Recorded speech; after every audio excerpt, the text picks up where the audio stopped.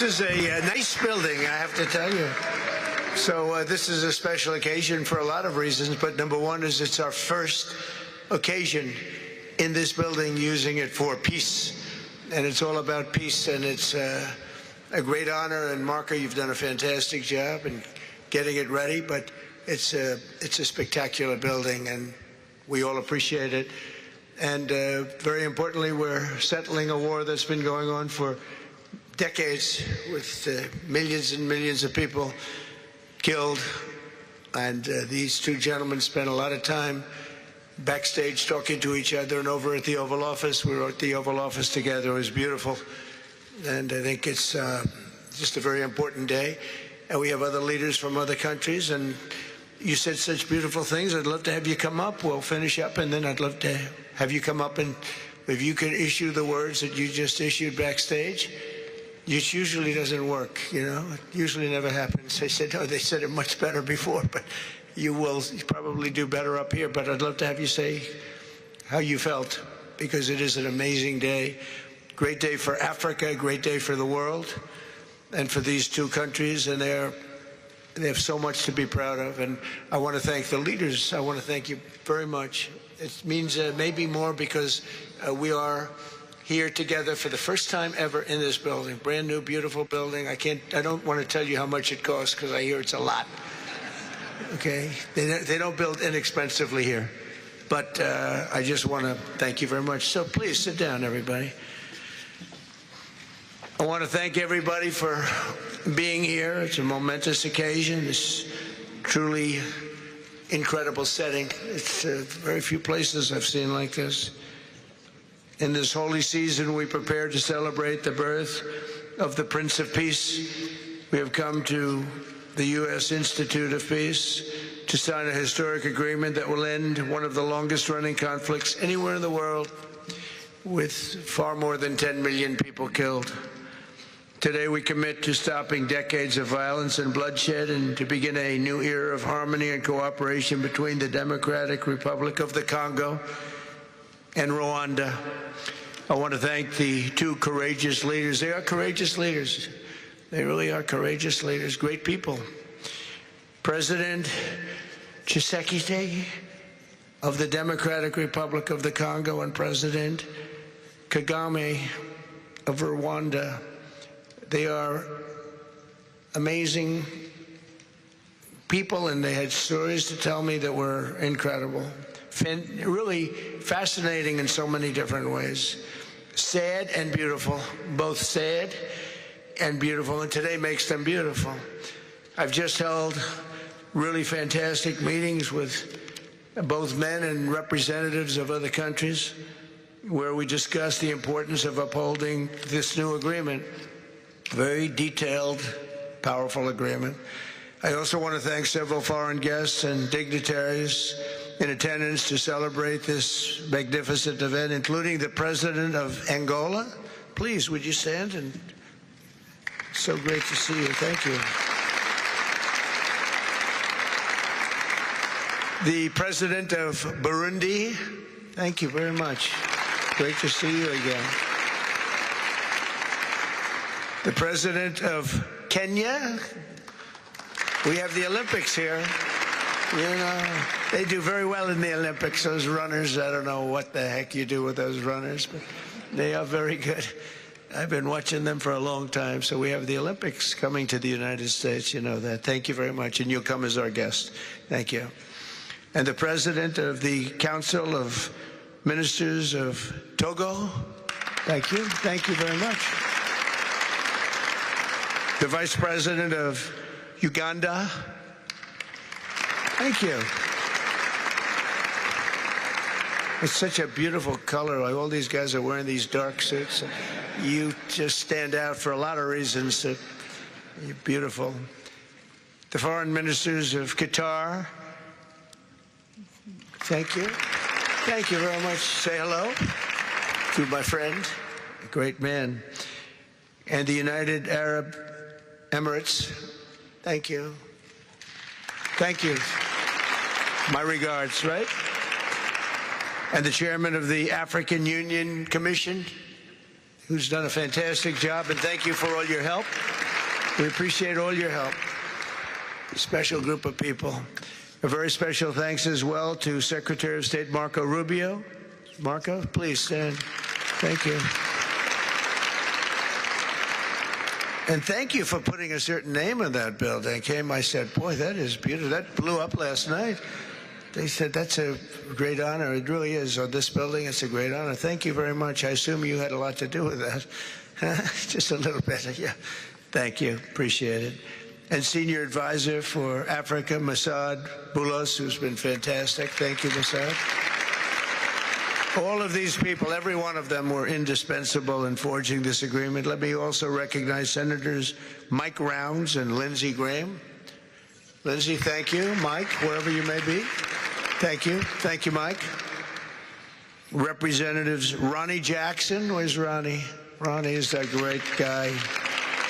He won his race in Texas by 48 points, right, Ronnie? So I don't have to ask if he's in any. I don't even have to endorse him anymore. It doesn't matter. Save the paper, right? Great job. Chris Smith. Chris. Thank you, Chris. Great. Good job. Trent Kelly. Trent. Thank you very much. Thank you. And the acting president of the Institute for Peace, Darren Beatty. Thank you, Darren, very much. Thank you very much, Darren. For more than 30 years, one of the worst conflicts on earth has been raging in eastern Congo. Millions and millions of people have been tragically killed, went on forever, and countless more have been displaced from their homes. Families have been destroyed. It's been a disaster. Many administrations have tried, but probably not too hard, knowing who preceded me. But they tried. It says they've tried. But we tried harder to end this conflict. But they've accomplished, obviously, they accomplished very little because the killing went on at levels that just got worse and worse. And today we're succeeding where so many others have failed. And this has become the 8th war that we've ended in less than 1 year. Such an exciting thing to do. This has been a really, because we're talking about 30 years of fighting, 30 years, much more than 10 million lives. Last June, thanks to the efforts of Secretary Rubio and Mr. Boulos, Rwanda and the DRC reached a landmark agreement to move toward peace. They started the process. I met with some of their great representatives who are here also. And we started a great process. The compact we're signing today, which will be known as the Washington Accords, everybody sort of liked that name, formalizes the terms agreed to in June, including a permanent ceasefire, the disarmament of non-state forces, provisions for refugees to return to their homes, and justice and accountability for those who have committed illegal atrocities. Very importantly, this agreement also creates a new framework for economic prosperity. There's tremendous wealth in that beautiful earth. It's beautiful earth. But it was stained badly with blood, tremendous amounts of blood. But in the region that will support a lasting peace, and the Democratic Republic of the Congo and Rwanda have agreed to more closely integrate their economies with each other rather than fighting, and they'll be doing that. And these two gentlemen are very smart, and I think they liked each other a lot. I spent time with them. I think they like some people may be surprised. I really do. I think they've spent a lot of time killing each other, and now they're going to spend a lot of time hugging, holding hands, and taking advantage of the United States of America economically like every other country does. So they're going to do very well. But they do have some very valuable things. They're going to have a lot of money and a lot of success, and I think they're going to get along really well, so I hope so. Thank you very much. Look at them. Look at the way they love each other. Thank you. So I have a lot of confidence in both leaders. We'll keep these commitments. I know they're going to keep them and follow through on the agreement and create a much brighter future for the people of their countries. And they're heroes within their countries because of today. And this is a big story. And So much is being written and said. All of the newscasts have it at the top of the list. And they are heroes, and we want to keep it that way. Today, the United States is also signing our own bilateral agreements with the Congo and Rwanda that will unlock new opportunities for the United States to access critical minerals and provide economic benefits for everybody. And we'll be involved with sending some of our biggest and greatest companies over to the two countries. And we're going to take out some of the rare earth and take out some of the assets and pay, and everybody's going to make a lot of money. These are just two of the many new agreements related to mineral supplies that my administration has achieved this year, including with Australia, Japan, Kazakhstan, Malaysia, South Korea, and many other countries. With all of these agreements, we're forging new economic security partnerships that protect the interests of America and our friends and partners, and a core feature of my administration's national security strategy, a big part of which is the tariffs. We're taking in trillions of dollars in tariffs. Nobody's ever seen anything like it, and it's given us really great national security. We'll be paying down debt. We'll be making distributions to people, and we're really doing a job. It's amazing. I was with a gentleman, the future king of Saudi Arabia, and you've heard me say this a couple of times, but 2 months ago when I was over there, he said, and actually Qatar is represented today, and UAE is represented, and your leader said the exact same thing, different words, but the exact same thing, that 1 year ago they thought our country was dead, and now our country is the hottest country anywhere in the world. We're the hottest country anywhere in the world. Nobody's ever seen anything like it. We have over $18 trillion, that's just in 10 months, pledged or being invested or pledged to be invested in the United States. Think of that, 18 trillion.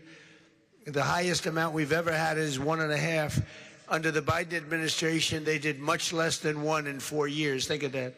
So they did less than 1 trillion in 4 years. We have 18 trillion in 10 months. It's going to be much more than that, too. No other country in history has ever been close, no matter what country you pick.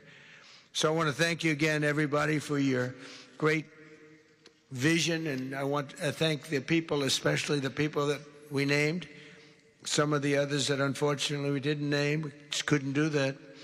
But for your vision and for your courage, because it's made it possible to begin healing old wounds and transcending past differences and creating a future where every child of God can live in dignity, prosperity, and peace. And these are two very good men, and they're two potentially very strong countries. I'd like to now invite President Kagame to come up and say a few words. It's Rwanda.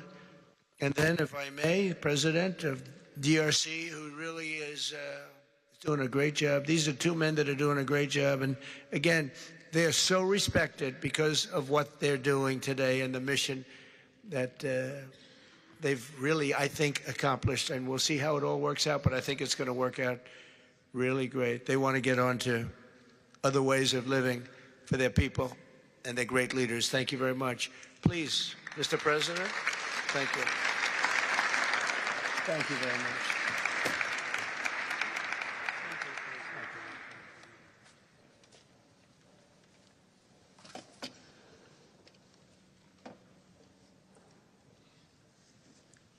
Excellency Donald Trump, President of the United States of America, Excellencies, heads of state and government, and former heads of state, distinguished ladies and gentlemen, I want to begin with some words of thanks. First, to my fellow heads of state and government from Africa, your presence here confirms that these efforts enjoy the broad support necessary to succeed. I also thank Minister of State Kulaifi, representing His Highness Sheikh Tamim bin Hamad of Qatar. The role of Qatar has been absolutely central in getting us to this point. But of course, the biggest vote of thanks goes to President Donald Trump. No one was asking President Trump to take up this task. Our region is far from the headlines. But when the President saw the opportunity to contribute to peace, he immediately took it. This conflict has lasted for 30 years. We have seen countless mediations and efforts, but none has succeeded in resolving the underlying issues. President Trump introduced a new and effective dynamism that created the space for breakthroughs. His approach is even-handed, never taking sides.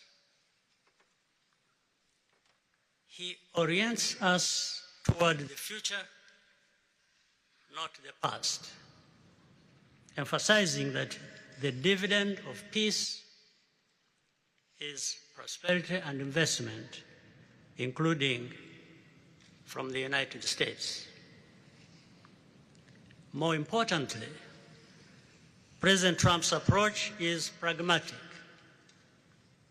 The process has not become an end in itself. All of these elements filter down to his dedicated team, and here I want to single out Secretary Rubio and Masad Boulos for special appreciation. We would not be here today without their efforts. And as a result, we have the clearest and most viable path forward that we have ever had. These accords provide everything needed to end this conflict once and for all. If this agreement falters and things do not work out as they are supposed to, the responsibility will not lie with President Trump, but with ourselves. It's up to us in Africa, working with our partners to consolidate and expand this peace. There will be ups and downs on the road ahead. There is no doubt about it. Rwanda, I know, will not be found wanting. I can assure you of that. Our only objective is and has always been for our country to be safe and secure after having endured so much tragedy. We now only want to look forward in a confident expectation of a prosperous and stable future.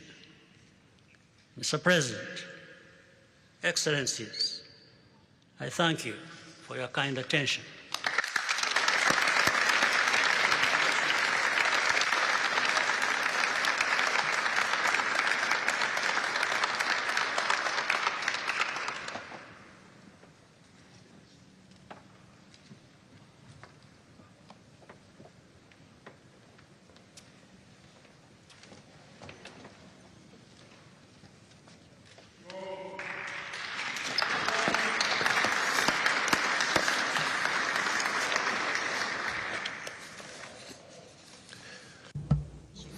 Mr. the President of the United States, Donald Trump, ladies and gentlemen, dear members of the delegations, distinguished guests, as we have just placed our signatures at the bottom of the joint declaration enshrining the Washington agreements for peace and prosperity, I do feel, on behalf of the people of Congo, a deep gratitude and clear hope. First of all, I would like to express quite solemnly our deep thanks to the President of the United States of America, Mr. Donald Trump. I would like to thank his administration and also wish to thank the American people for the critical role that they played for the rapprochement, the closening between the Democratic Republic of Congo and the Republic of Rwanda. To these thanks, I also bring in all of our regional partners and our international partners who, thanks to their commitment and engagement, have consistently made this critical moment possible in the road to peace. First and foremost, we have Sheikh Yanim bin Ahmad Adani. We have President João Manuel Lourenço Gonçalves, who is the President of Angola and the acting President of the African Union. And we also have the former President of the Republic of Kenya, my brother, Uhuru Kenyatta, who I can see here in the room. These two great Africans who are at the beginning, who started the Rwanda and the Nairobi processes. And beyond them, I wish to thank also all of the African leaders who contributed to help us in this struggle. And I do hope that we have, yes, reached the end. The Washington agreements are not yet another document. These represent a turning point. They bring together under a coherent architecture a declaration of principles of a peace agreement and also the regional economic integration framework to provide to the peoples of the region a new perspective, a new outlook, namely to finally overcome the cycle of violence, of forced displacements, of mistrust, defiance, in order to begin a new era of friendship, cooperation, and prosperity all shared together.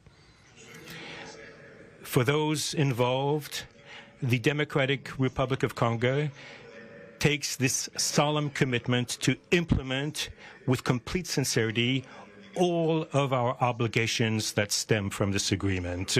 We will do this with seriousness, with rigorousness, and also the constant care for peace and the security of our populations, for the unity and the integrity of our territory. We do hope that thanks with the same seriousness that the Republic of Rwanda will also respect fully the letter and the spirit of the commitments made here in Washington. We are reaching out for a peaceful cooperation based on mutual respect, non-interference, and the joint struggle against the armed groups, the end of all support to negative forces, and the beginning of fair prosperity on behalf of our two populations. I do believe this day is the beginning of a new path. A demanding path, yes, indeed, quite difficult, but this is a path where peace will not just be a wish, an aspiration, but a turning point. The Democratic Republic of Congo will fully play its part with dignity, with consciousness and consistency, and with the support of our partners. We will remain watchful, vigilant, but not pessimistic. We'll be clear-eyed, but resolutely optimistic. These Washington agreements for peace and prosperity must be for our peoples a symbol of an irreversible commitment to turn the page of confrontations and to open a new era of cooperation and sustainable peace throughout the region. Thank you.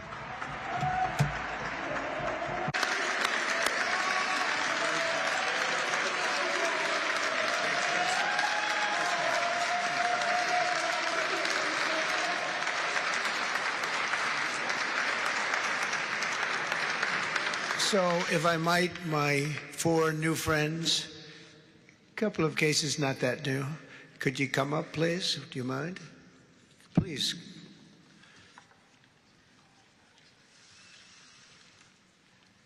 They represent so many and so well, so I just want to thank you very much. Good.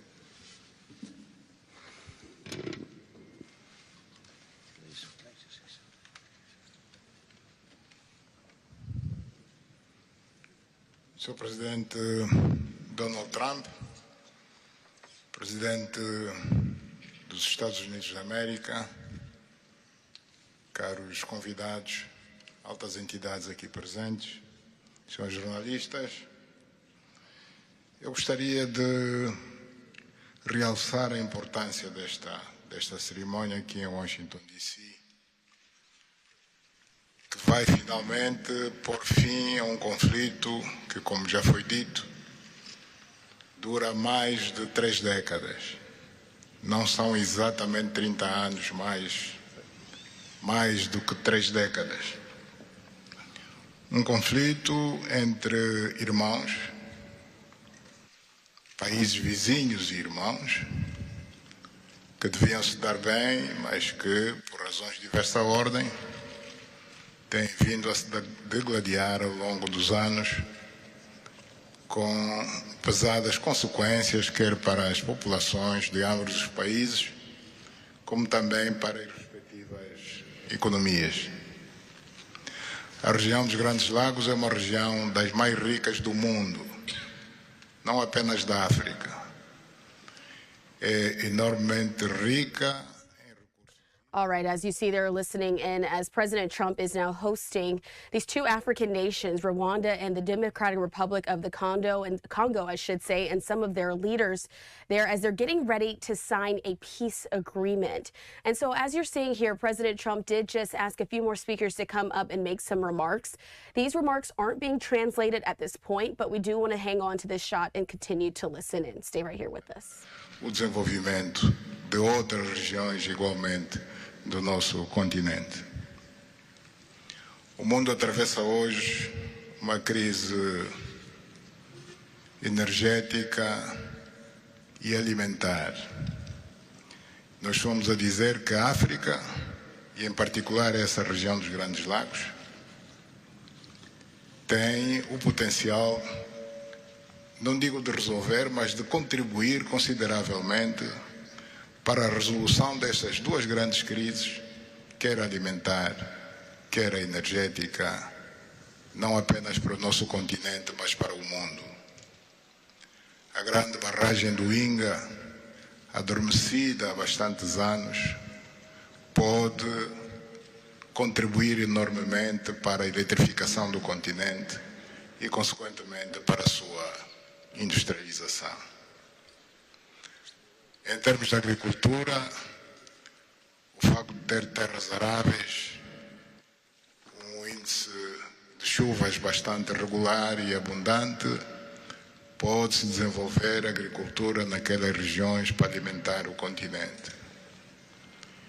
E nada disso tem sido possível fazer-se ao longo de décadas, devido a este conflito que não tem sentido e que, finalmente e felizmente, parece que terá o seu fim hoje aqui em Washington, D.C. Nós procuramos fazer a nossa parte, e quando digo nós, estou-me a referir a Angola, ao Quênia e outros países também africanos. Procuramos fazer o melhor para chegarmos a este momento. Infelizmente não foi possível. All right, we are continuing to check in here with the viewers at home as President Trump is hosting these two African nations as they're getting ready to sign this peace agreement. As I said just a little while ago, we're going to hang on to this feed, even though this portion is not in English. But if you are just now joining us here on Live Now from Fox, what we're expecting to see today is President Trump welcoming these leaders there in Washington, D.C. to sign new deals aimed at stabilizing really what's been a war-scarred region and attracting Western mining investment as well. So the Rwandan president and the Democratic Republic of the Congo president, who you just heard from a little while ago, are both expected to pledge their commitment to an economic integration compact that's already been agreed to last month. This as well as a U.S. brokered peace deal that was reached in June, but has still not been implemented at this time. These countries, though, will sign their agreements on these critical minerals, security, and economic partnerships, according to the White House. And so, as you see there, we're hoping that we'll see the physical signing that's going to be happening at the desk where they are all sitting. This is continuing on. Let's continue to listen. The U.S. President, President Trump, dear guests, and dear dignitaries present here and press members. I would like to highlight the importance of this ceremony taking place in Washington, D.C., because this has come to put an end to a war that has been there for more than 3 decades, because it's not just exactly 3 decades, but it's more than 30 years. And this is a conflict that has been there between two neighboring countries, which have been fighting for many years with consequences on the peoples, countries, economies, and so forth. And these consequences also were felt in the Great Lakes region, which is a very rich region in Africa, rich in terms of water resources, arable lands and forests, and as well as mineral resources, which are important for the development of our region. So it's important that we've reached to this point where the agreement is going to be, has been signed, a peace deal, which will benefit immensely the whole region and will unleash the opportunities for the development of our continent, and as well as to helping the whole world in terms of fighting against the food crisis and energy crisis which the whole world is going through now. We believe that the Great Lakes region will have to play a great role in providing resources to the international community. And of course, solving this conflict will also help solve other crises, not only in the continent as we know, but worldwide. For example, the Great Inga hydro project in Congo is important. It can help to electrify the continent and consequently help in terms of developing agriculture and providing agriculture, arable lands, and abundant resources that we have that can be used.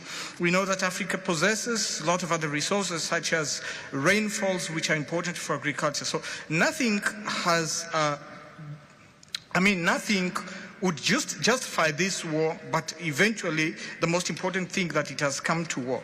We sought as Africans to do our part. When I say Africans, I mention countries such as Angola, Kenya, and other African countries, but unfortunately we couldn't make it. But we now want to thank President Donald Trump for having helped to reach this important milestone. We believe, once again, we have to thank him for what he has done, and what comes next now is to appeal to the two parties, that is the Democratic Republic of the Congo and the Republic of Rwanda, to implement successfully this agreement for the benefit of their countries, their people, and including our continent of Africa. Thank you very much.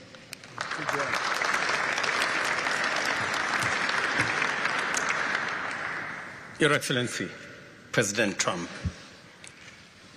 fellow heads of state, today's signing of the Washington Peace Accord for Eastern DRC is not merely a monumental diplomatic milestone. It is a decisive act to end a devastating conflict that has scarred the region for decades. Mr. President, what you have achieved is not only transformative, it is consequential and historic. This conflict has destroyed livelihoods, destabilized our region, and threatened the future of the entire Great Lakes African continent. Today's achievement culminates a relentless regional effort anchored by the foundational work of the East African Community and SADC, and today, this Washington process. The coordinated Nairobi, Rwanda, and Washington process has created the essential pathway that brings us to this pivotal moment.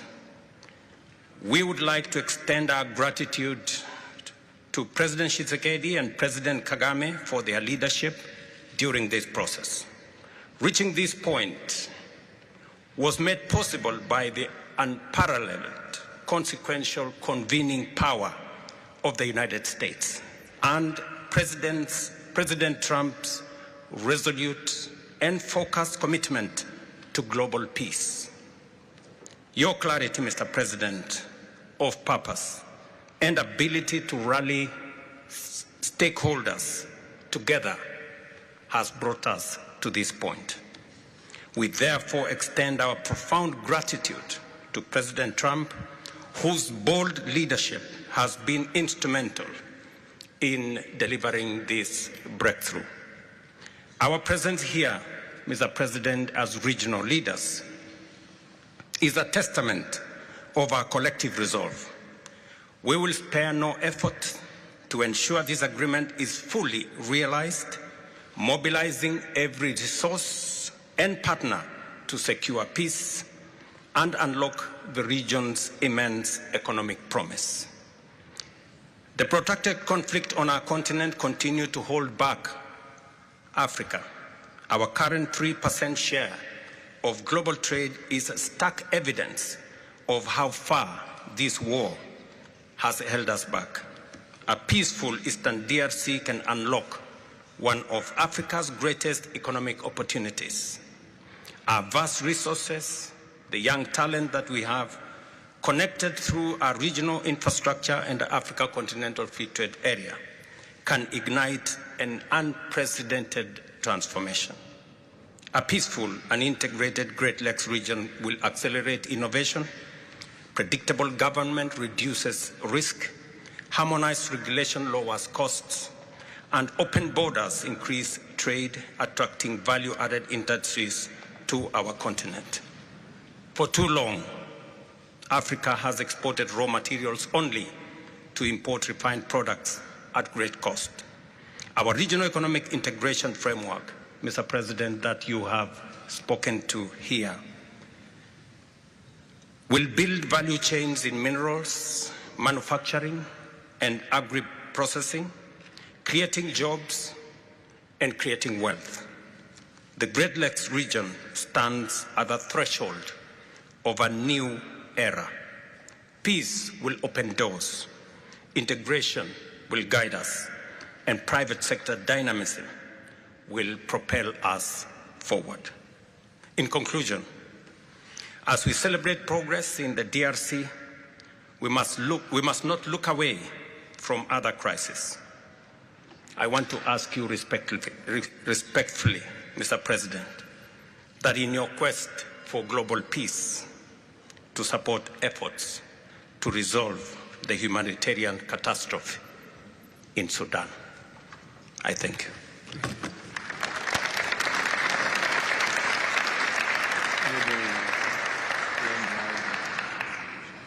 Excellence, le chef d'État et de gouvernement ici présent. Heads of state and government, dear delegations, it is with great joy that I speak today before you in order to express my joy.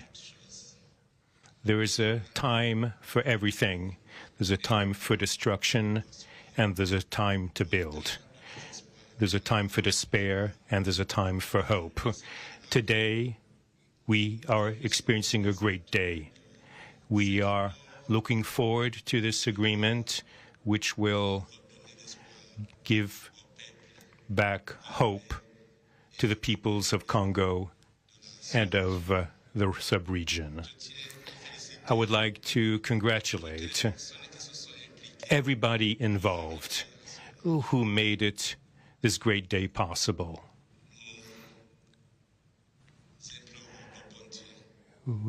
We urge God to continue to guide us, to guide the steps of all people of goodwill who will become involved for its implementation.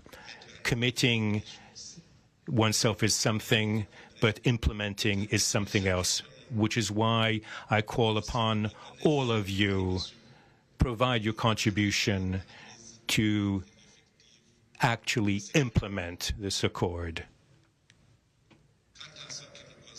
As far as we are concerned, this agreement on regional economic integration, well, Burundi and the DRC already represent an economic community of the countries of the Great Lakes region. Burundi has a major role to play in order to indeed implement these existing cooperation agreements between the three states. We hope that together we'll be able to achieve a long-lasting peace and stability throughout the region. Thank you very much.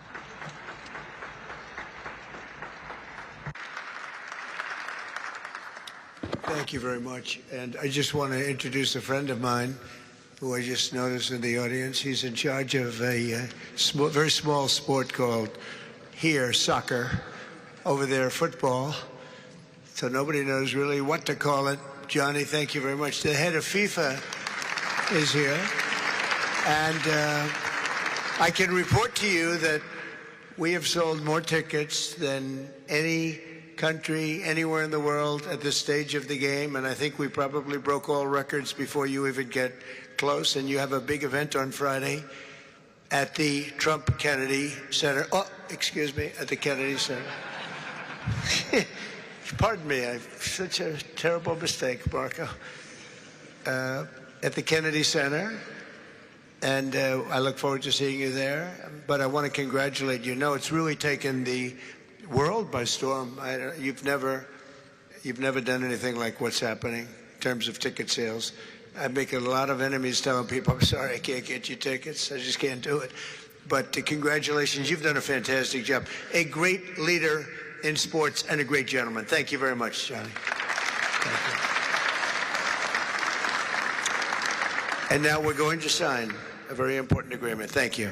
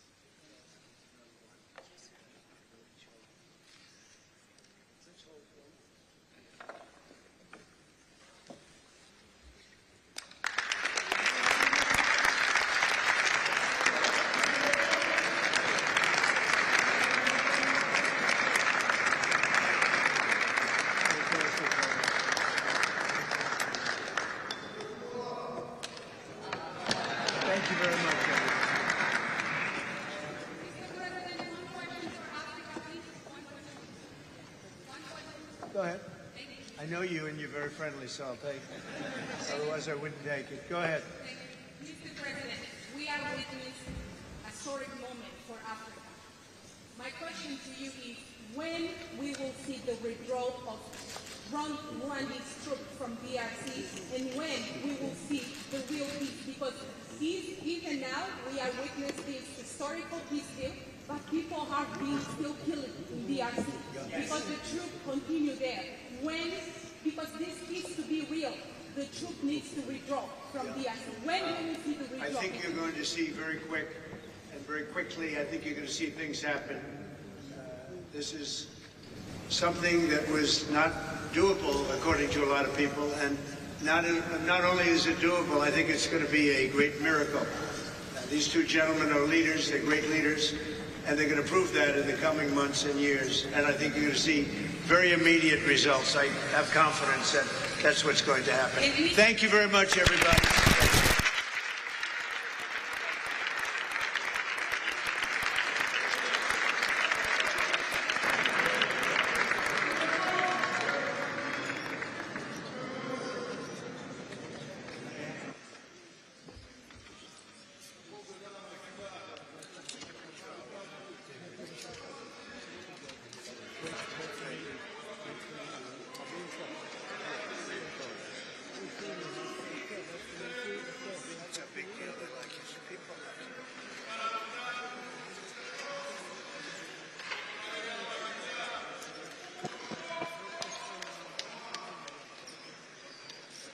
Thank you, everybody.